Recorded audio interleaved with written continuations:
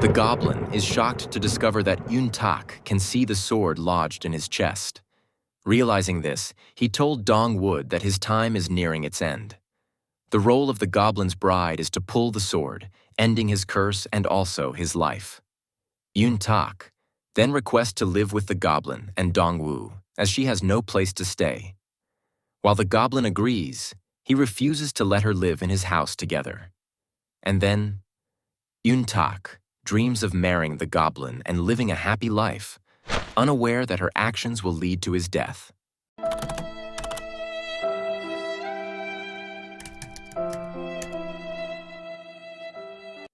To provide her a comfortable place to live, the CEO grandfather arranges for her to stay in a luxurious apartment.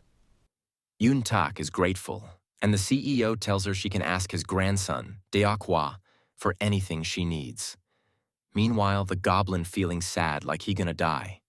The next day, on her way to school, Yun Tak notices it's raining, and she thinks it rains because the goblin might be sad. She is true about that. Meanwhile, Yun Tak's aunt and cousins face punishment for their greed. They're caught by the police for possessing stolen gold bars, which the goblin had orchestrated to teach them a lesson.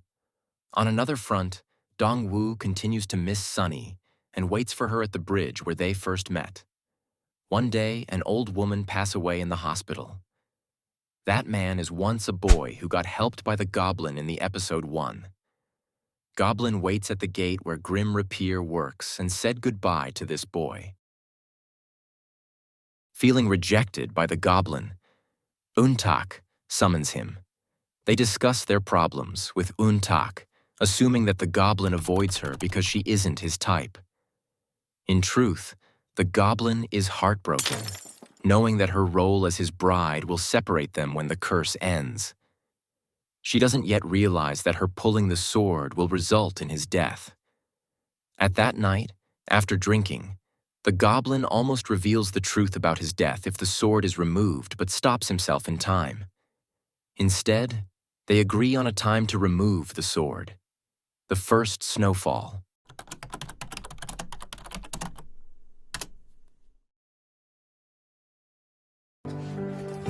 Oh my God. While Yun Tak is thrilled by the romantic timing, the goblin hides his sorrow.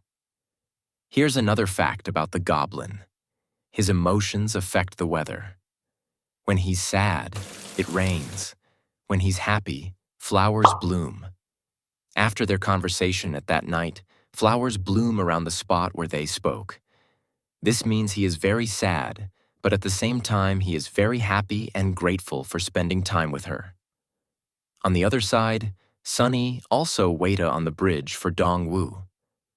After school the next day, the goblin picks Yun Tak up in his car. When she says she's hungry, he stops the car, but when she steps out, she finds herself in Canada again.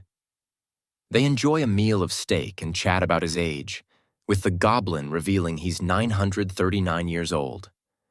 Afterward, they walk through the beautiful streets of Canada.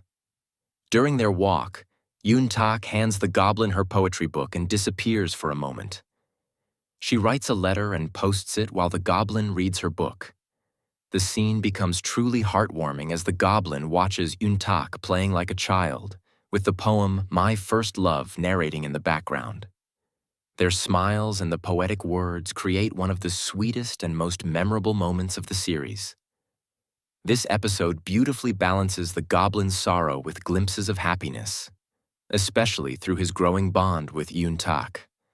It's a mix of heartache and warmth, leaving us eager to see how their story ends.